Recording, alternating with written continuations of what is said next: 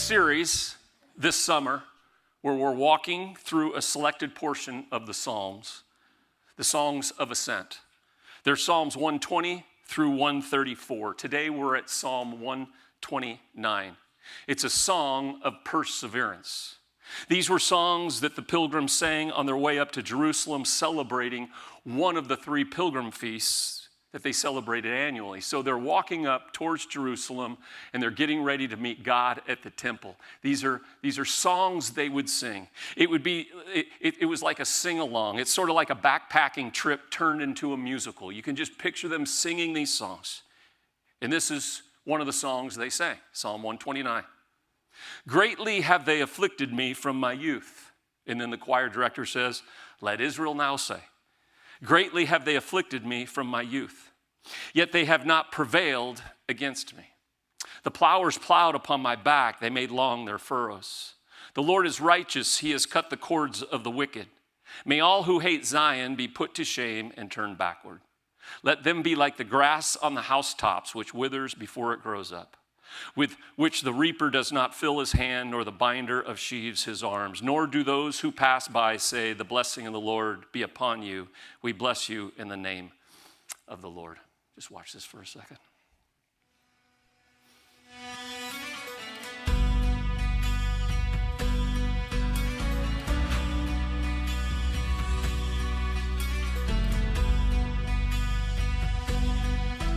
The Christian life is much like running a race.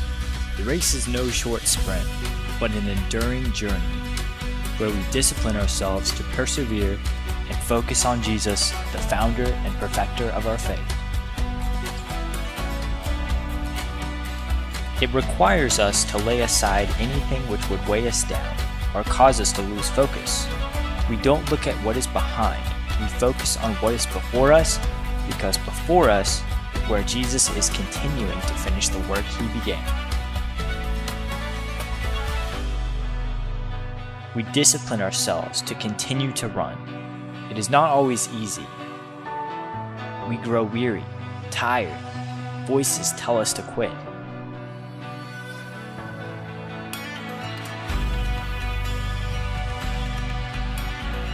But when we think we can endure no more, that we will not finish the journey, we will lift our head. We continue to put one foot in front of the other. We focus our eyes on Jesus, who cheers us on and carries us forward, because he is our refuge. He is our strength. He is the joy set before us, who endured the cross to provide our salvation. Run for the prize, because one day we will cross the finish line and hear him say, well done and welcome home.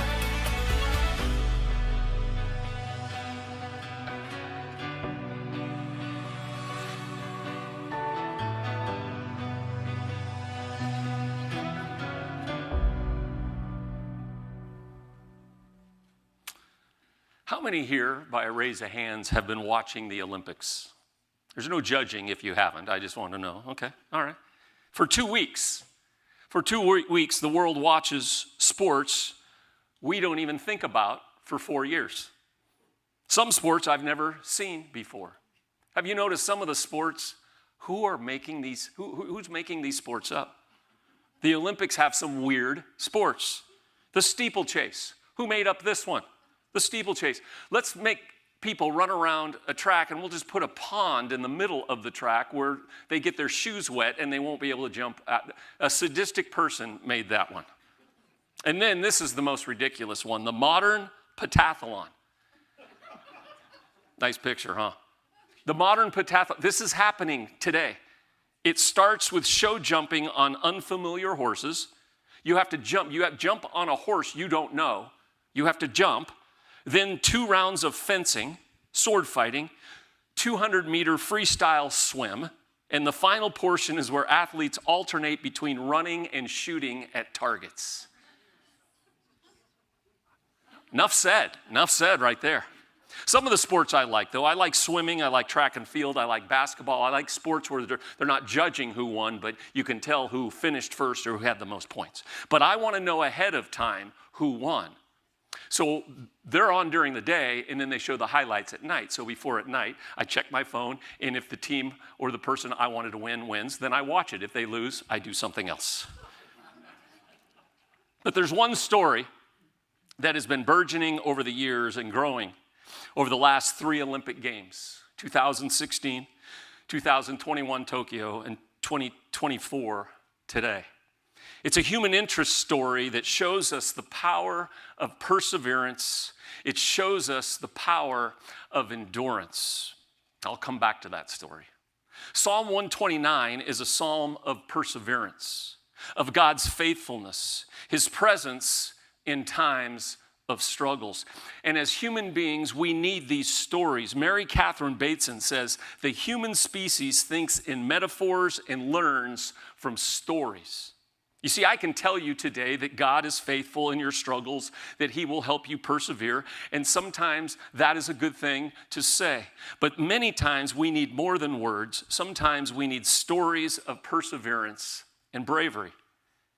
The scriptures are full of bravery, struggles, doubts, and God's faithfulness in perseverance. Noah persevered 120 years building an ark and waiting for rain. And then he persevered. They say he was on that ark. It rained 40 days and 40 nights, but they were probably on the ark for about a year. Imagine persevering on that ark. Animal waste, keeping the lions from the sheep and listening to the hyenas laugh at their corny jokes, relentless screeching of crows in desperate need of attention. Can you imagine the smells and the sounds on that ark for 365 days? But he perseveres. Abraham is asked to leave his homeland to a land he knew not of, and God would not even show him a brochure of what the promised land would look like. In 1991, my family took a vacation to a land I had never been to or heard of, Barrio Navidad. I can't roll my R's, so that's as close as I'll get. Barrio Navidad, Mexico.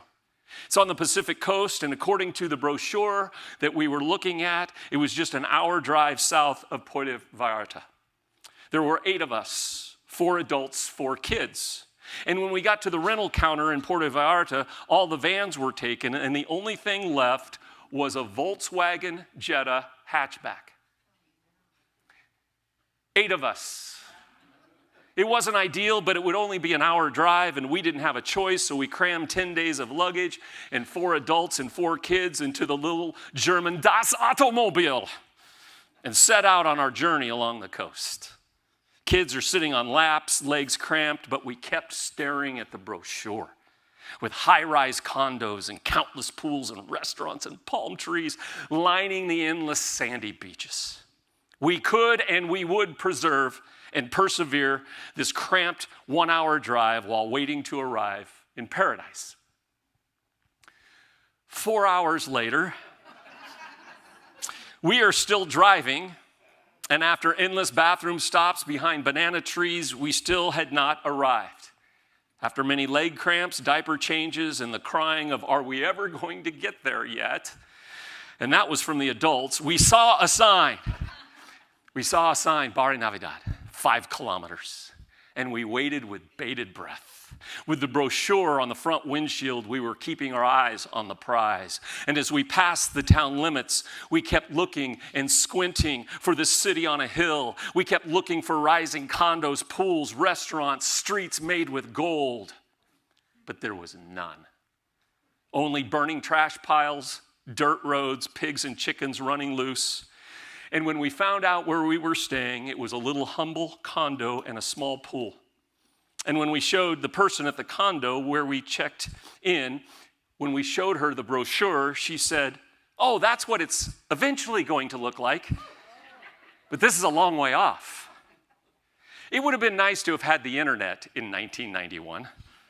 The land of milk and honey we were promised had led us to the valley of the shadow of death.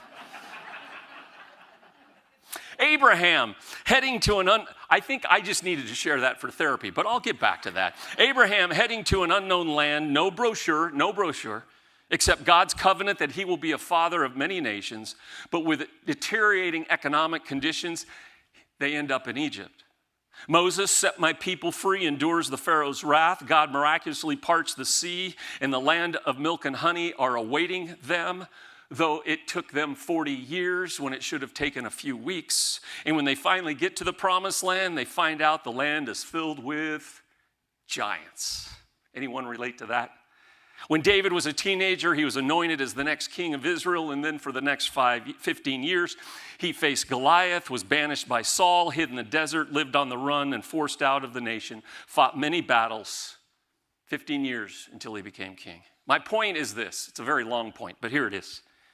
My point is life is about persevering. It's about persevering. All great stories, all important life lessons have struggles, problems to overcome. Here's the thing today. I'll put it up here. Life and perseverance always go hand in hand. If you are going through a struggle and you're needing to persevere, there is nothing wrong with you. It is called life. And I think that's why I love the stories in the scriptures. I'm thankful I grew up in a church and a Sunday school where they told the stories because they're real, they're honest, struggles, fallible people filled with persevering. Charlie Brown one time said, "Sometimes I lie in bed at night and I don't have a single thing to worry about. That always worries me." If you're going through a struggle, no worries. It means you're alive. Now back to the Olympics. One of these stories that is compelling is the refugee Olympic team that's competing this year. It's a team of 37 displaced Olympians from 11 countries. Because of the strife that's going on in their own country, they've had to flee. And one of those refugees is Yursa Mardini. She grew up as an Olympian swimmer from Damascus. She was part of Syria. And in 2014, she was training in pools with craters where bombs had blown through the roof of the building. She had to flee from Syria. She traveled through Lebanon to Turkey and then left Turkey and was trying to get to Greece when the boat she was in, a little dinghy with 20 people that was designed for 6 people, the engine failed about 30 minutes from shore. And this young 18-year-old Yursa Mardini jumped in the water with 3 other people, tied ropes around their waists and legs, and they started swimming. For 3.5 hours, they swam. They eventually got the boat to shore, saving all 20 lives. Can you imagine in 2016, which was her first Olympics, after that, standing around the Olympic Village and someone from California said, "Well, for sure, I really sacrificed to get here. I had to wake up early every morning and train." She's rolling her eyes. "Really? Well, I was training in pools filled with bomb craters, and then I had to run from my own country. I swam for 3.5 hours in the Mediterranean Sea trying to save 20 people from drowning."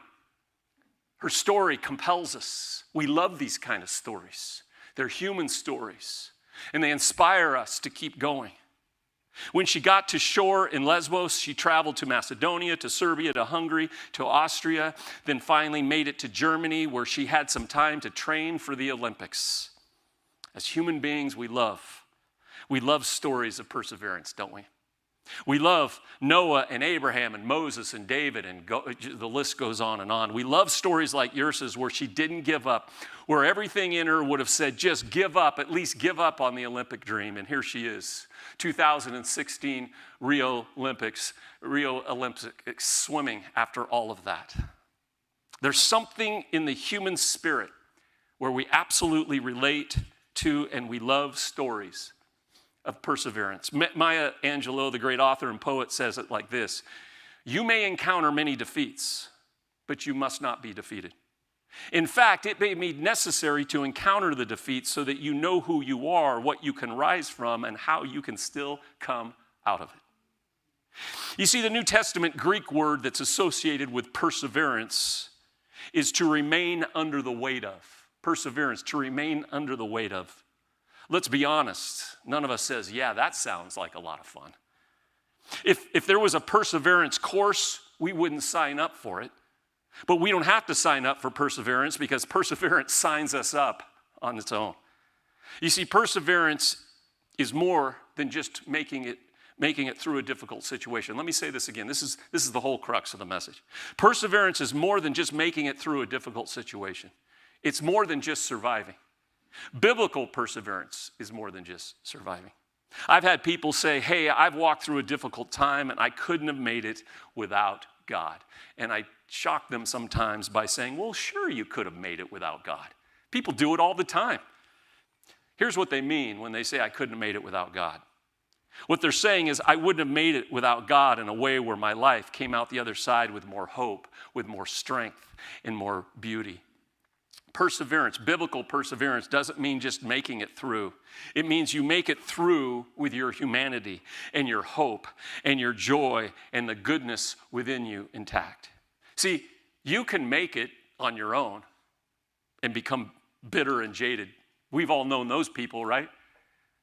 Guy's 90 years old and he's just bitter, bitter, bitter. He's survived every struggle he's got, but he came out the other side a little more wounded. What happens inside their soul is something that makes you not want to be around those kind of people, right? They made it through, but sometimes we wish they wouldn't have. That wasn't very nice. Okay, I'll move on. So what does it look like to walk with God in our struggles, and we can say the struggle didn't destroy me, it actually shaped me? You may be watching online, you may be here, and might be, this is good for all of us, but your heart might be beating saying, I need to know. Psalm 129 paints a picture of what it looks like to walk with God in our struggles, and it shapes us, it grows us. Verses 1 and 2 of Psalm 129 is the thesis of this psalm. Greatly have they afflicted me from my youth. Let Israel say now, greatly have they afflicted me from my youth. Yet, everybody say yet, yet. It's an important word. They have not prevailed against me. Greatly have they afflicted me from my youth, yet they have not prevailed against me. This word affliction in Hebrew means to squeeze or to cramp or to stress. When the Hebrew people sing, they're singing chapter 129, they're talking about being afflicted. They're singing about 400 years in slavery to the Egyptians. They're talking about 70 years of captivity in Babylon, ripped away from their own homes. They're talking about affliction, being pressed, stressed, squished. For us, we can fill in the afflicted blank, can't we? In a lot of different ways. We've all been pressed or stressed or squished. Affliction always does something to us. Affliction either births in us hostility or hope, but never both. One of the questions the psalmist wants us to wrestle with is, we all walk through affliction, but do we walk through affliction with the yet it hasn't overcome me? It hasn't shaped me in a negative way. Listen, if you haven't lived this out, this verse right here makes no sense at all. The Apostle Paul, he says to the church in Rome, not only that, but we rejoice. This isn't going to make any sense. We rejoice in our sufferings, knowing that suffering produces perseverance, and perseverance produces character, and character produces hope, and hope does not put us to shame. That's a powerful verse that doesn't make sense until you've gone through struggles and persevered with God. Paul says, there is a way to walk through affliction where actually the thing you walk through starts to create a deeper level of humanity within your soul. And I want that. I can't avoid affliction, or most afflictions, but I want to grow through it. Max Lucado said it this way: I was walking through the valley of the shadow of death, but I knew my good shepherd was with me, so I didn't set up camp in that valley. What does it look like to become people who walk this pathway of affliction, not just to survive and make it through, but to flourish? A perseverance that leads to character, and character that produces hope. Psalm 129 invites us to walk this pathway of experience. 3 things real quick. Took me a long time to get to the 3 points. Here we go. 3 things that this passage shows us the pathway of perseverance. Verse 1, I'll read it again. Greatly have they afflicted me from my youth. We've been squeezed, we've been pressed. Let Israel now say, greatly have they afflicted me from my youth, yet they have not prevailed against me. The plowers plowed upon my back. Again, this is a picture of slavery and being beaten and whipped. They made their furrows. The Lord is righteous. He has cut the cords of the wicked. They point back and they're reminded of their affliction. Now, they're going to a party up on a hill. They're going up to celebrate with God, these songs of ascent. And can you imagine while you're on this journey, they say, hey, why don't we sing about our affliction from the past? That doesn't sound like a song you'd want to sing while you're going to a party. Maybe celebrate good times. Come on, something like that. Nobody opens to Psalm 129 and says, let's party and sing about our afflictions. Let's revisit the story when we were slaves and in exile. But it's in this that we start to see one of the aspects of how we become people who persevere and grow in character and grow in hope. We do not become people who persevere by holding everything down inside of us, gritting our teeth, and just saying, I don't want to think about it, because it doesn't do any good for those around us. We become people who persevere by being people who share our story. Because in giving voice to our affliction, it often weakens the power of the pain. The affliction loses its power. Friends, this is really important because we do this as people of faith. Perseverance doesn't mean we bury our head in the sand and ignore all the pain and all the hardship. I just had to show this to you. Isn't that great? This is not the Christian faith. It's not the Christian faith. Perseverance means that we walk with God in a way that's deeply and sometimes painfully honest. We share our story. We embrace our reality. At the Light Up the Dark on September 7th, you will hear stories. Now, they're not stuck in the past, but they have to celebrate the past to celebrate that God was with them as they persevered. You see, I am reminded daily that those who have gone through difficult times, they need a voice. They need a voice, and they're going to voice their story. But sometimes there are people in our world that have no voice to share their affliction. I'm reminded daily that those who have no voice, those who have no ability to speak up and say what is wrong, people who have no voice oftentimes have no hope. And that's why the psalmist says, and we believe this here, speak out on behalf of the voiceless and for the rights of all who are vulnerable. Speak out in order to judge with righteousness and to defend the needy and the poor. There are many who are afflicted in our world who need our voice. Greatly have they afflicted me, Psalm 129 says, from my youth, yet they have not prevailed against me. Let me give you a modern day example of singing about our afflictions, but not being stuck in them. We're going to close the service singing Amazing Grace, that beautiful hymn. Now, why do we sing that we were sinners and were wretched? Saved a wretch like me. Well, that's a happy song. Well, because we have to remind ourselves where we would be without God's forgiveness. But the song doesn't end there. We sing about our afflictions because then we can sing about God's faithfulness, His forgiveness, His redemption. I once was lost, but now I'm found. I was blind, but now I see. See, they have to sing about their affliction because when we forget, we can become a bunch of snooty people. I've been in the church world long enough where somebody walks in and they're broken and they're struggling and they find God and His grace. And then a couple years later, they've forgotten where they were at. And then they just begin to judge everyone else where they're at. Well, why don't they get their act together? Well, why don't you remember where you were at 2 years ago? It's an interesting conversation sometimes. You read through the stories of the Gospels, and Jesus was very transparent with people. He came to seek and save the lost, but He needed the lost to talk about their afflictions, self-imposed or not. One of the things I love about Jesus is that He always had room for people's stories, especially stories that were painful. He had this unique ability to draw it out. Tell me, woman at the well who just gave me water, the one who's had 5 husbands. You come at noon in the heat of the day, ostracized from your town. Tell me more about your story. How did you get here? He didn't say it judgmentally, like, well, you probably shouldn't have had so many husbands. He didn't go there. But he met her in her pain and sorrow, and guess what?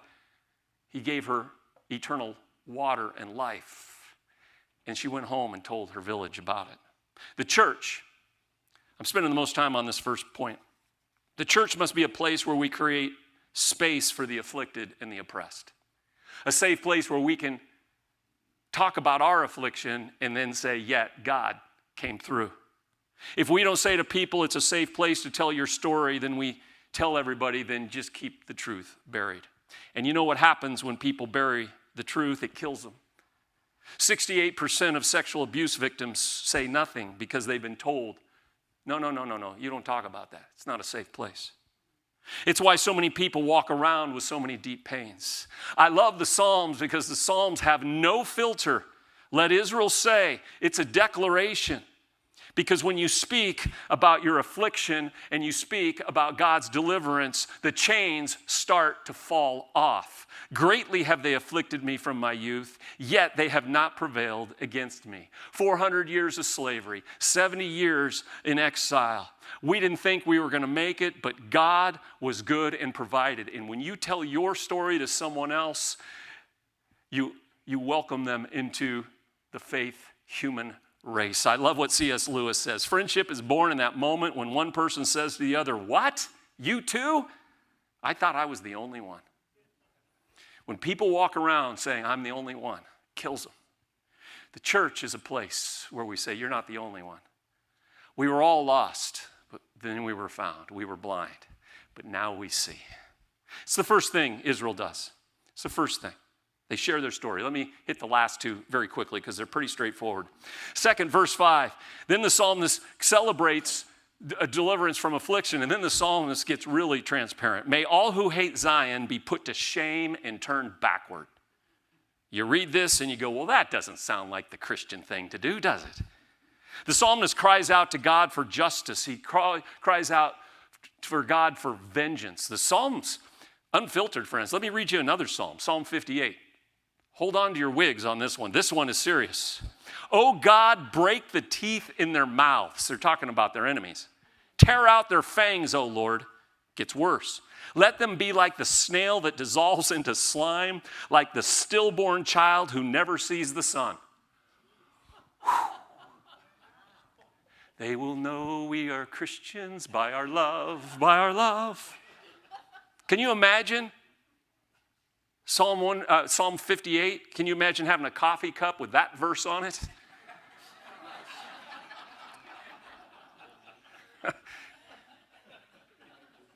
We're supposed to love our enemies. We know this. Jesus taught it. We're to forgive our enemies. What's the psalmist doing? The psalmist is just being real, just being honest. Being honest, not pretending they're not thinking what they're thinking. See, we have three options when we find ourselves in the psalmist situation. The first option is vengeance is mine, saith Ken, and I go after. Well, we know that's a bad option. The Bible says vengeance is the Lord.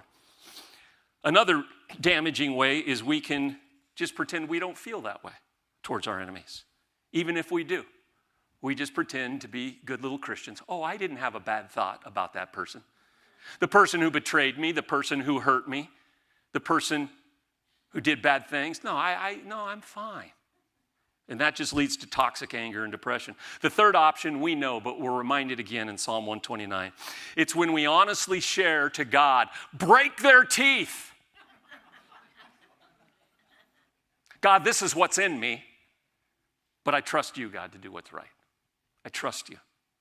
The Lord is righteous, it says. He has cut the cords of the wicked. May all who hate Zion be put to shame and turned backwards. See, we can act on it when we have enemies, or we can bury it, or we can be honest, then surrender and trust God. Isn't it great? This is freeing, friends. Isn't it great to know that we don't have to hide and play games with God and pretend like the ugly places of our soul are not there?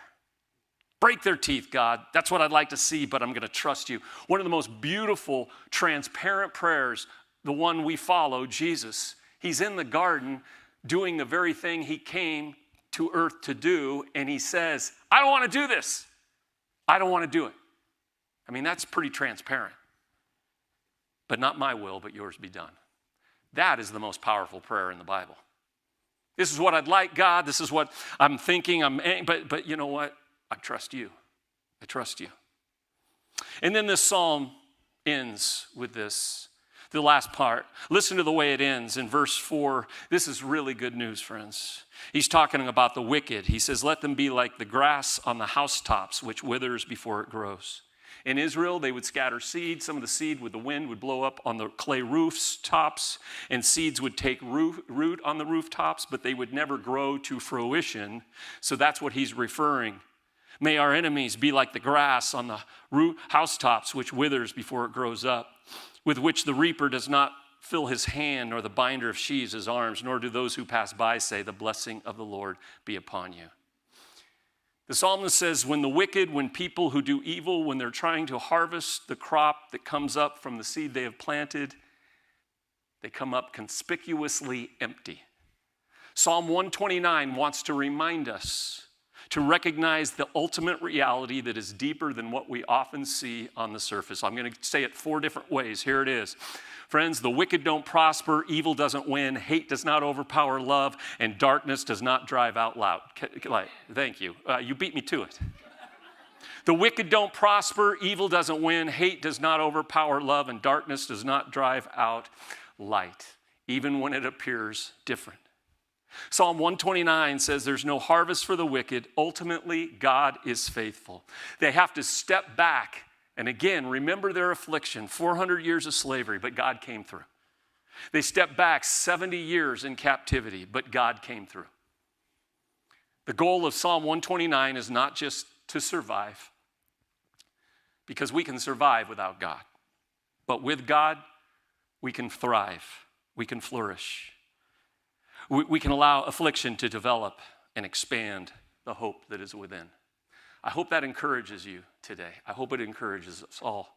Consider it all joy, Paul says, because it leads to perseverance and character hope.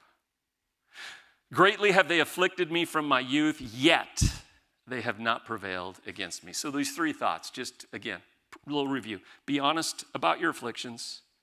It's important to remember that God came through. Be honest about what you want to do and then surrender it to God. And then remember, justice prevails and love wins. In the words of Pastor T.D. Jakes, I can't imitate T.D. Jakes, no one can.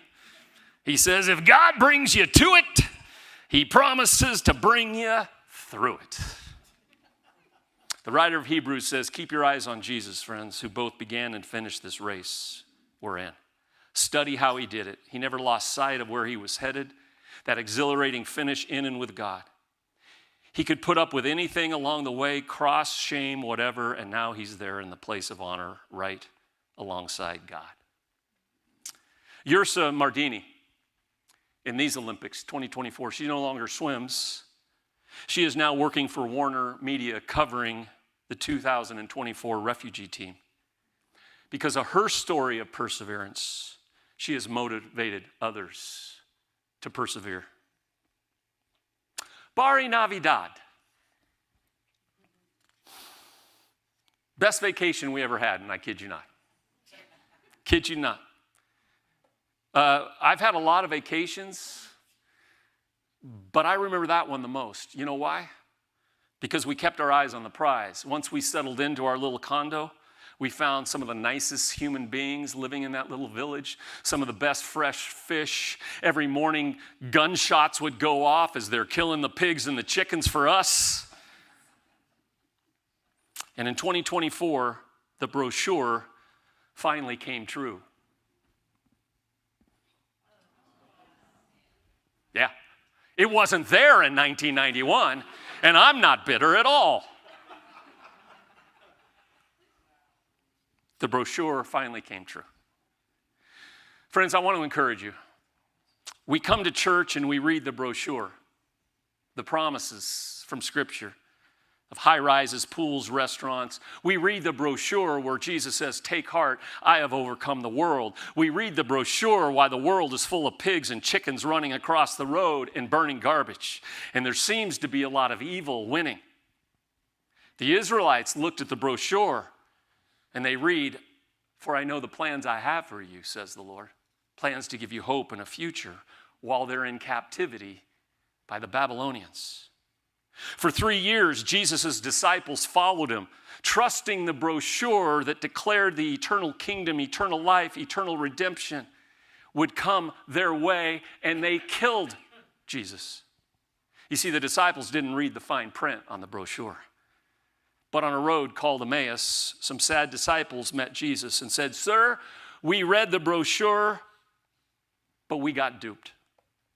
And Jesus explains to them they didn't get duped. And the Apostle John, on the Isle of Patmos, he shows what the brochure, how the world will look eventually. He explains the brochure of how the world will look. It doesn't look like this right now, but this is where we'll get. He says, "I saw the holy city, the new Jerusalem, coming down out of heaven from God, prepared as a bride, beautifully dressed for her husband. And I heard a loud voice from the throne saying, 'Look, God's dwelling place is now among the people, and he will dwell with them.